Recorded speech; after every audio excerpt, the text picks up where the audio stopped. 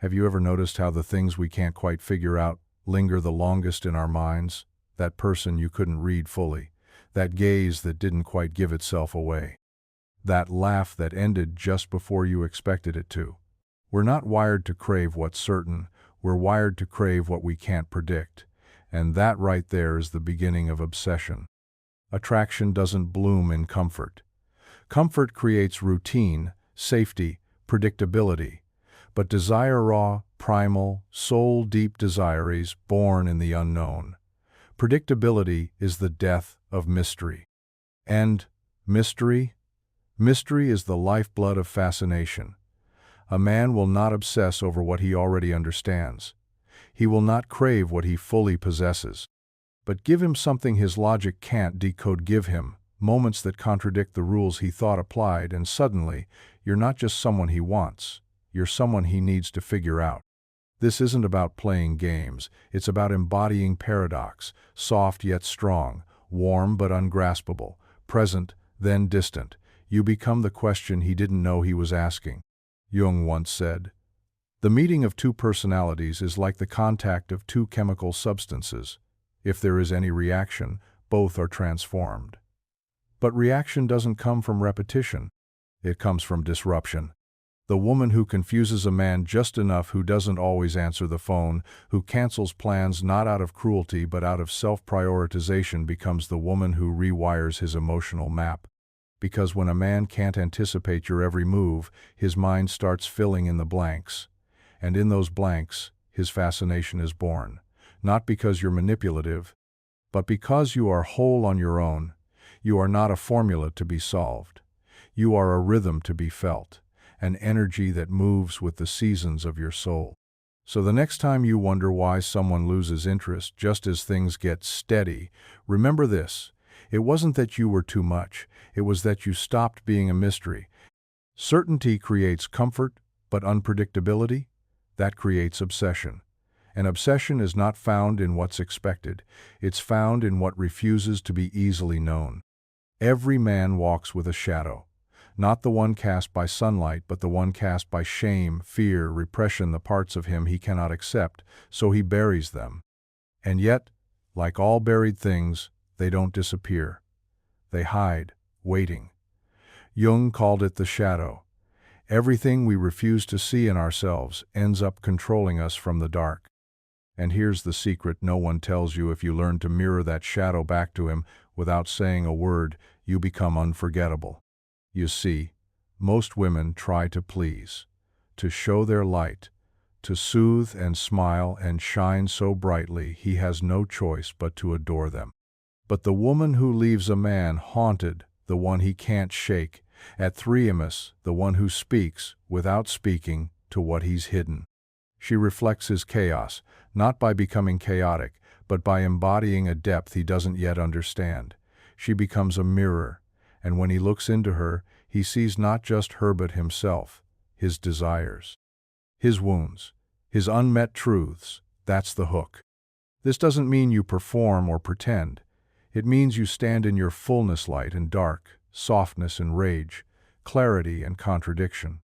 It means when he avoids talking about his feelings, you don't chase, you remain still, letting the silence echo his own avoidance.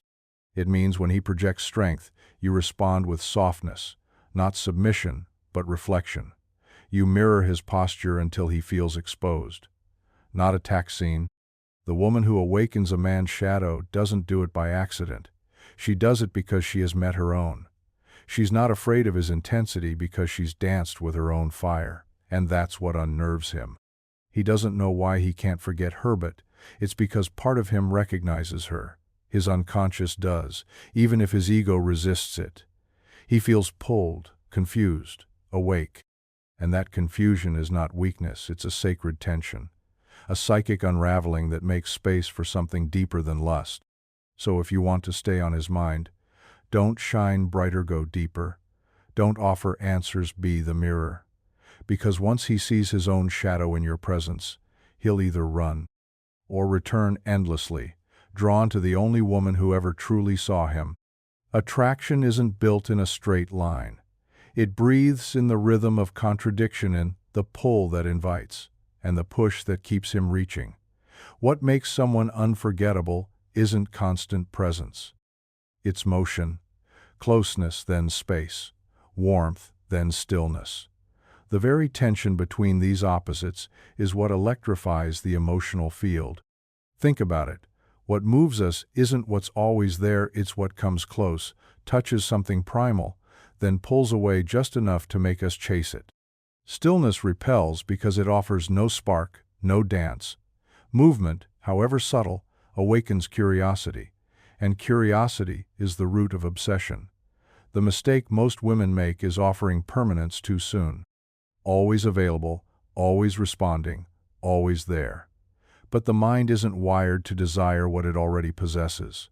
We are drawn to the unknown, to the slight inconsistency that makes us question where we stand. Not because we crave chaos, but because in the unknown we feel alive. The magnetic woman is not cruel. She's not playing games. She simply doesn't abandon herself for the sake of being chosen. She allows herself to move with her truth.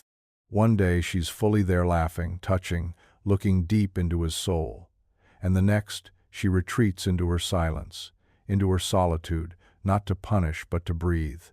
And it's in that pause, that deliberate distance, where his longing begins.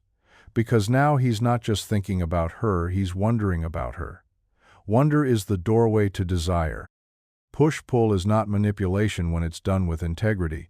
It's the natural movement of someone who values her own energy too much to give it away without intention. Like waves to the shore, she comes forward, offering warmth and intimacy, and then she recedes, not to disappear, but to be missed. And in that space, the man who once felt steady begins to ache. Not for sex, not for validation, but for her presence, her essence, her mystery. If you want to be remembered, stop standing still. Move. Not to confuse him, but to honor the magnetic nature of your being. Because when you master the art of closeness and distance, you don't just catch his attention.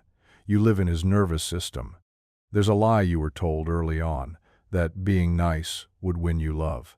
That politeness, agreeability, sweetness packaged just right would earn someone's devotion. But here's the truth no one dares to say. Niceness doesn't seduce. Fascination does. And fascination is born not in your compliance but in your complexity. You see, the woman who's unforgettable isn't the one who always says yes. It's the one who makes him stop and wonder, the one whose mind bends in directions he doesn't expect, the one who's kind but never predictable, tender yet untamed. She's not afraid to interrupt the script, to speak her truth, to challenge an idea if it feels wrong in her bones. She doesn't tiptoe, she glides, and her presence lingers not because she's perfect, but because she's real. The problem with being nice is it asks you to shrink, to please, to mold yourself into what you think he wants. But that's not love, it's performance. And men may smile at it, may even date it, but they don't ache for it. What they ache for is contrast, curiosity, edge, a woman who can speak of poetry and power in the same breath, who can laugh wildly, then fall silent and let the air between you do the talking. She doesn't try to win love, she becomes an experience. Jung said, "The privilege of a lifetime is to become who you truly are." And there is nothing more intoxicating than a woman who lives by that code. She doesn't beg to be seen, her presence demands it. She walks into a room with stories unspoken in her eyes, and every man who looks at her can feel that there's more beneath the surface, more that he may never fully understand, and that's exactly why he can't let go. So stop trying to be nice, be fascinating, be the paradox. Be the one who nurtures and disrupts, who listens deeply and walks away when it's time. Because niceness is forgettable. But fascination? That sinks into the skin, that keeps him awake at night, that makes him say, "I've never met anyone like her." And when he says that, he's not talking about how good you were. He's talking about how alive you made him feel. Words are overrated. Not all of them, just the ones that try to explain too much. You see, the mind listens to language, but the soul listens to symbols. And when you speak to a man's soul, you bypass logic entirely. You don't argue your worth. You imprint it. You don't explain your value. You radiate it through silence, through gestures, through presence that says more than any sentence could. Archetypal communication isn't about being mysterious for the sake of it. It's about understanding that depth can't be taught through bullet points. It has to be felt. The tilt of your head, the pause before you answer, the way you lower your gaze not in submission, but in choice. These are signals, and the male psyche reads them like a dream reads symbols. You are no longer just a woman in front of him. You've become a language he doesn't fully understand but needs to decode. Carl Jung knew this. The unconscious doesn't speak in rational thought. It speaks in metaphor, in archetype, in dreams. When you carry yourself with meaning, when your walk has intention, when your touch lingers a second longer than expected, when your energy enters a room before your words, do you become mythic, not just real, legendary. He doesn't know why you captivate him, because it's not happening at the level of knowing, it's happening at the level of remembering. So, instead of always saying what you feel, show it. Instead of answering every question directly, offer a story, a moment, a symbol. Speak through the poetic. I don't chase, I orbit. Say less. Mean more. Allow space for his imagination to fill the gaps. Because once a man starts imagining you wondering what you meant, what you're thinking, what you'd do next, you've already taken root. Logic is forgettable. But the image of your silhouette in his doorway, the way you looked at him once and then never again, the moment you said everything with your silence, that becomes a loop in his mind. Symbols don't beg to be remembered. They etch themselves in quietly, deeply, permanently. Speak in that language, and you'll never be forgotten. A woman who doesn't need anyone to feel whole is the most dangerous kind, not because she threatens, but because she reveals what real power looks like. Sovereignty isn't about solitude, it's about completeness. And there is nothing more seductive than a woman who belongs to herself. She doesn't chase, she doesn't beg, she doesn't make herself smaller to fit into someone else's story, because she is the story. Her life is rich, filled with rituals, passions, moments of joy that don't need to be posted or praised. And when a man enters her world, he senses it immediately. She was already complete before he arrived. And that's why he can't leave. You see, most people fall in love with the need to be needed. It strokes the ego. It feeds the illusion of control. But a sovereign woman? She doesn't need you to fix, to save, to validate.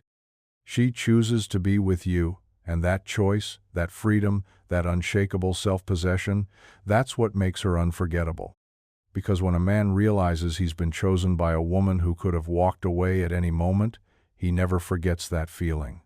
This is not about being cold. It's about being centered. It's not about building wall sits, about knowing which doors deserve to be opened. She smiles not to please, but because she feels something real. She shares her body not out of obligation, but from a place of fullness. Every kiss she gives is sacred because none of it is given for approval. It is offered from abundance. Jung said the goal of life is individuation, the realization of the self. This woman has done that. She's walked into her own shadow. She's sat with her wounds.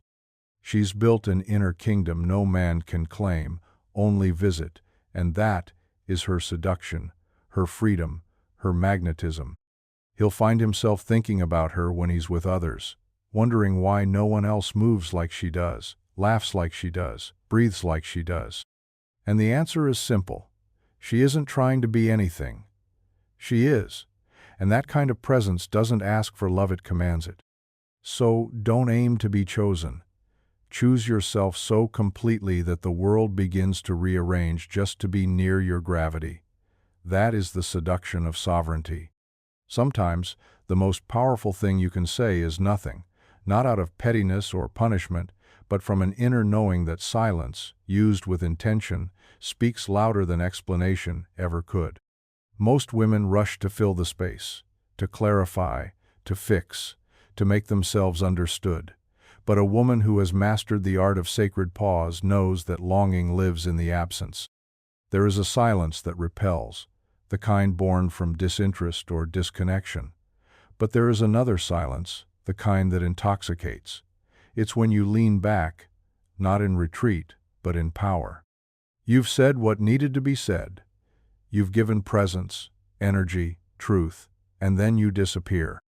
And suddenly, he's left with the echo of your voice, the outline of your gaze, the question of what you're thinking now. That's where the desire begins to grow. Carl Jung said that what we don't bring to consciousness, we project. And in silence, projection thrives.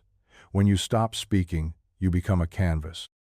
His mind begins to paint stories. His fantasies take shape. He remembers the way you looked at him. He imagines what you might be doing now. He fills in the blanks, not with boredom, but with obsession. Because humans don't crave closure. We crave tension. And silence is tension made holy. A sovereign woman doesn't rush to respond. She doesn't over-explain. She doesn't try to be heard. She lets herself be missed. Her pause is not passive. It's precise. Like a rest in music, it's the space that gives meaning to the melody. She knows how to create rhythm not just through her presence, but through her withdrawal. That gap becomes a portal for him to enter deeper emotional territory without her saying a single word. So if you're always filling the space, stop.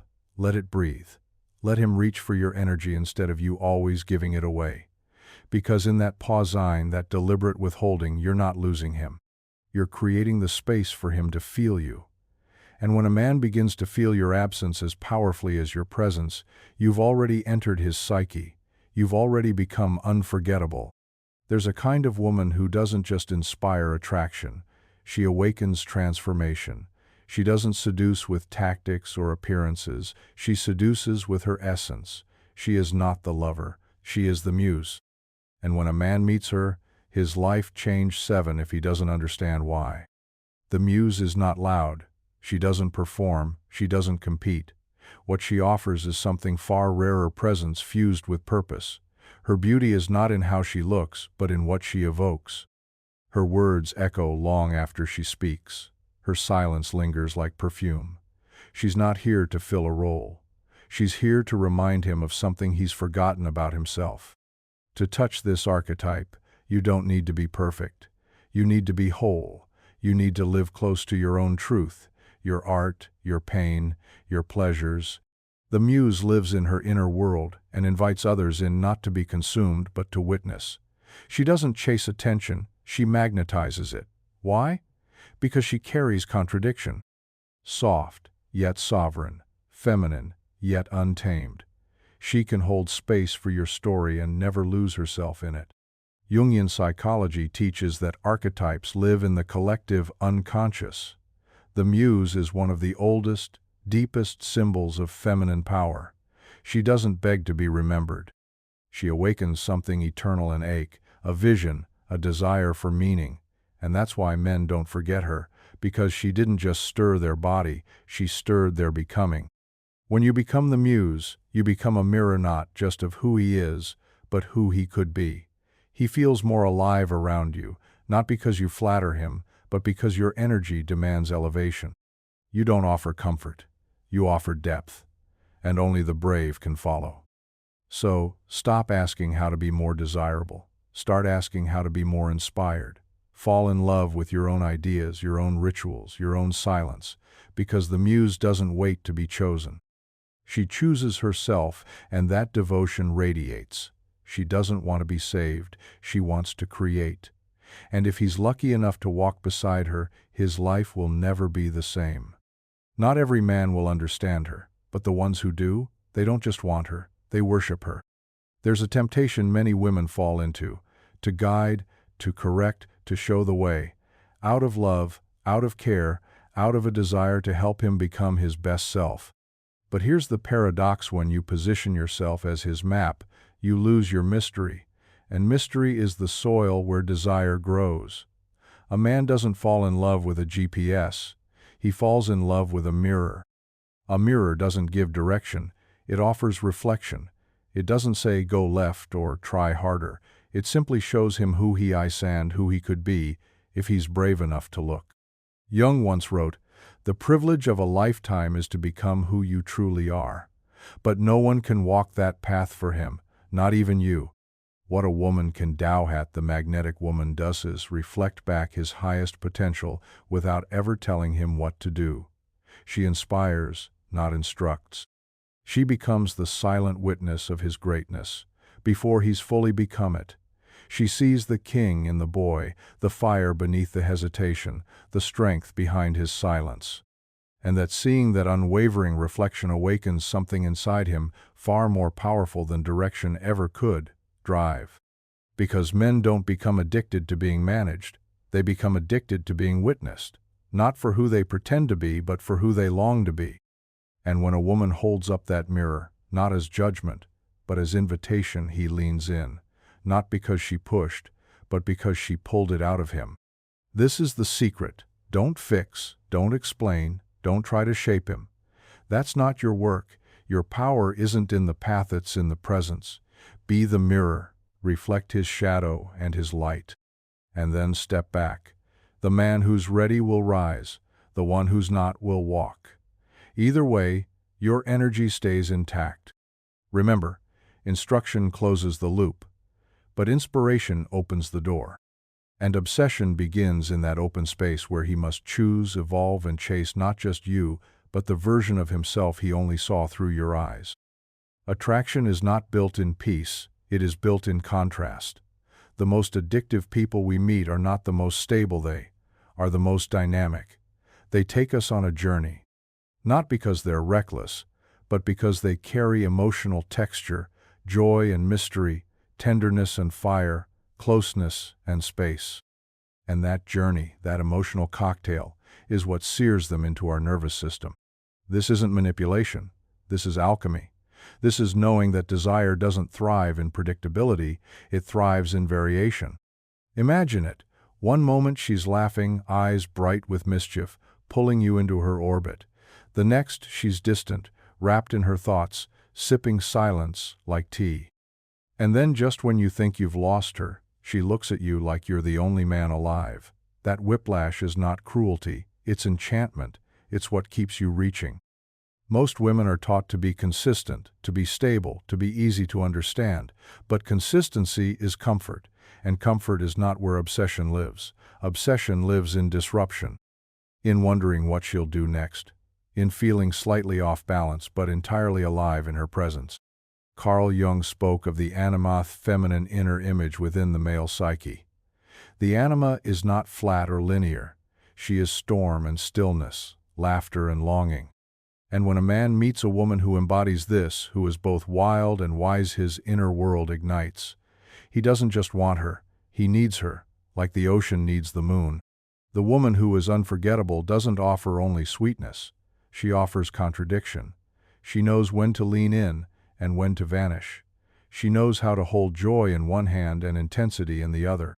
She dances between light and shadow, and never apologizes for the complexity of her heart. Because that's not confusion, that's chemistry. So if you've ever been told you're too much, smile. Because too much is exactly what imprints. Too much is what lingers. The right man won't want you to dim or soften. He'll crave the full spectrum. He'll be drawn to your storm, your serenity, your unpredictable pulse. Give him the cocktail. Don't dilute it. Because when a man feels everything with you, he won't just remember you. He won't be able to forget you even if he tries. There's something intoxicating about a mystery you can't solve. A puzzle that resists being completed. A woman who makes you feel something, but doesn't give you all the reasons why. Most people rush to be understood. They over-explain, overshare, hoping that clarity will secure connection. But what if I told you that certainty ends the chase? What hooks a man isn't the answer, it's the question. The human mind can forget what it understands, but it obsesses over what it can't. And when a woman leaves just enough unsaid, when her intentions glimmer without being spoken, when her eyes say more than her words ever could, that's when she becomes unforgettable. She lives not in his memory, but in his curiosity. And curiosity is the seed of longing. Strategic ambiguity isn't deception, it's an art. It's knowing that not every silence needs to be filled, that not every text needs an immediate reply, that not every "where were you" requires a mapped-out answer. It's presence with mystery, warmth with restraint. It's the smile that says, maybe. It's the conversation that ends before he's ready, the touch that lingers half a second too short. Not enough to complete the story, just enough to keep him reading. Carl Jung believed that the unconscious mind works in symbols, in hints, in energies not fully revealed. The feminine energy, when embodied deeply, reflects that mystery. She doesn't lay all her cards on the table. She lets him earn each layer, because what's earned is valued, and what's unexplained is remembered. So resist the urge to narrate your every emotion. Let your pauses speak. Let your unpredictability become poetry. Don't strive to be fully known. Strive to be deeply felt. Because once a man thinks he knows everything about you, his attention begins to wander. But when you leave him with a question, a subtle contradiction, a moment that didn't close the way he expected it loops in his mind. Mystery isn't about withholding truth, it's about preserving depth. Don't be the open book he finishes in one night. Be the novel he keeps returning to, underlining the same sentence again and again, wondering what you really meant. There comes a time when the most powerful move a woman can make is to disappear. Not to punish, not to play games, but to return to herself. In a world that begs us to be constantly visible, constantly available, constantly on, the woman who dares to retreat becomes unforgettable. Jung called it individuation, the sacred process of becoming whole, of descending inward, facing what's been ignored, and integrating what was lost. This is not withdrawal from life, it's returning to source. And when a woman disappears to do her inner work, she doesn't come back the same. She comes back radiant, centered, quietly magnetic. Because what she found inside herself speaks louder than anything she could have said out loud. Most women fear absence. They fear being forgotten, replaced, misunderstood. But what they don't realize is that true presence is amplified in its contrast. A song is not made of notes alone, it's made of the spaces between them, and your absence, when anchored in purpose, becomes a symphony of longing in his mind. When you vanish not in silence, but in sovereignty, you force him to sit with the void you once filled. And in that void, he doesn't just miss you, he re-encounters himself. His patterns, his projections, his desire. Your absence becomes a mirror, and what he sees there is what no conversation could ever teach him. This isn't about withholding love, it's about remembering that your energy is sacred, and sometimes, to protect it, you must pull away, not to punish but to recalibrate, to step back into your body, to reconnect with your rituals, your intuition, your path. Because only from that place of self-anchored clarity can you offer anything real. And when you return, you don't knock on the door. You shift the room. Your presence lands differently. Not because you tried harder, but because you went deeper. He doesn't see you the same way because you aren't the same. You've integrated, evolved, chosen yourself. So if your soul is calling you inward, listen. Let the world miss your laughter. Let the messages go unanswered. Let the noise fade behind you. Because the woman who is willing to disappear to remember who she is always returns as a force that cannot be ignored. There is a kind of beauty that doesn't shimmer. It glows, quietly, steadily, like embers that have survived the fire. And this beauty doesn't come from youth or perfection, it comes from pain that has been alchemized. A woman who has suffered and healed carries an energy no man can forget, because she is not just beautiful, she is anchored. The world teaches women to hide their scars, to smile over the ache, to package themselves in light and leave the dark untouched. But here's the secret. The most magnetic women are not the ones who've never been broken. They're the ones who broke open and became more whole because of it. When you meet a woman like that, something in you stops. You feel the weight in her eyes, the echo in her voice. She speaks slowly, but every word lands. She doesn't flinch when the conversation turns dark. She doesn't run when intimacy asks her to be bare, because she's been there. She's faced herself, and she's made peace with what most people run from. Carl Jung taught that the shadow is not to be feared, it is to be integrated. The woman who has done this doesn't just attract. She awakens. She holds space for your pain because she's held her own. And that safety? That depth? It's addictive, because it's rare. She doesn't use her wounds to manipulate. She doesn't make pain her identity. She transforms it into wisdom, into compassion, into a kind of emotional gravity that pulls you in and makes you stay. You can't forget her, because she's not trying to impress you. She's lived through fire. She's not performing warmth, she is the warmth. This is the wonder, not that she survived, but how she did. What she became in the process, and that kind of woman doesn't ask for attention. She commands reverence, because what she gives isn't fluff, it's truth. Her very presence says, I've been to hell and brought back light. And that light doesn't blind, it heals, it humbles, it holds. And when a man feels that, he doesn't just want her, he needs her.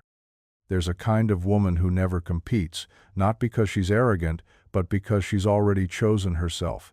She doesn't look left or right. She doesn't wonder who's younger, prettier, louder. Because she knows, comparison is the language of the insecure, and she speaks something far more powerful: sovereignty. The moment you fight for a man, you place your worth in his hands. You ask him to decide. But the woman who understands her value doesn't ask. She decides. She doesn't prove. She doesn't chase. She becomes the standard by which all others are measured, and no one else quite fits. You see, jealousy is rooted in fear. Fear of being replaced. Fear of not being enough. But the woman who transcends, she knows she is not replaceable because her energy is singular. Her presence is not a copy, it is a frequency. And frequencies cannot be duplicated. They can only be felt.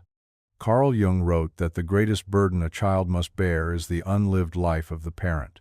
But for women, that burden often becomes comparison, watching others live what we're afraid to claim for ourselves. The transcendent woman breaks this chain. She doesn't shrink, she expands. And in doing so, she gives permission for others to do the same. She doesn't ask, am I better than her? She asks, am I fully myself? Because that's where true power lives, in alignment, not competition. She doesn't need to pull anyone down to feel tall. She simply rises, quietly, consistently. And in rising, she elevates the entire room. Men feel this immediately. It's not loud, it's not flashy, but it's undeniable. She walks into the space like she belongs, not because someone invited her, but because she embodied the invitation. And that confidence, that calm, it shakes something in them. It says, you don't get to choose me unless you can meet me at this level. So stop shrinking to fit a mold. Stop clawing for attention in a room full of noise. Transcend. And let your life speak so clearly, so unapologetically, that the man who's meant for you doesn't have to be convinced, he just recognizes you. Because when a woman no longer competes, she becomes the prize no one can touch. Not because she's playing hard to get, but because she finally got herself. Obsession doesn't begin in the skin. Not the kind that lingers, not the kind that haunts. True obsession, the kind that lives in a man's chest long after the body is gone, is born in the soul. In something he can't touch, only feel. Because the woman who leaves a permanent mark is not the one who offered her body first. She's the one who revealed her essence without ever needing to explain it. We live in a world that teaches men to seek with their eyes, but the moment he meets a woman who speaks to something deeper, something archetypal, his body may be intrigued, but his soul is snared. He doesn't understand it at first. He may even resist it, but eventually he realizes he doesn't just want her, he needs her, and not for pleasure, for presence. This kind of woman doesn't chase. She doesn't seduce through tactics or performance. She seduces through being. She is who she is, fully. Soft and strong, light and shadow. She is contradiction wrapped in clarity, mystery wrapped in peace. Her life has not been easy, and that's why she moves with such gravity. She's been refined by fire. And in her gaze is not an invitation to escape reality, but to face it with her. Carl Jung said that we are not what has happened to us, but what we choose to become. The woman who understands this doesn't offer a man comfort. She offers him transformation. When he touches her, something in him begins to awaken. She doesn't become his escape, she becomes his mirror, his guide, his catalyst. And that is what terrifies him and binds him. He may try to walk away, many do. But he'll find her in the silence, in the faces of other women who never quite measure up, in the songs that echo with her rhythm, in the places they once stood together. Because you cannot forget the woman who reached not just your hands but your unconscious, the woman who spoke not to your ego but to the God within you.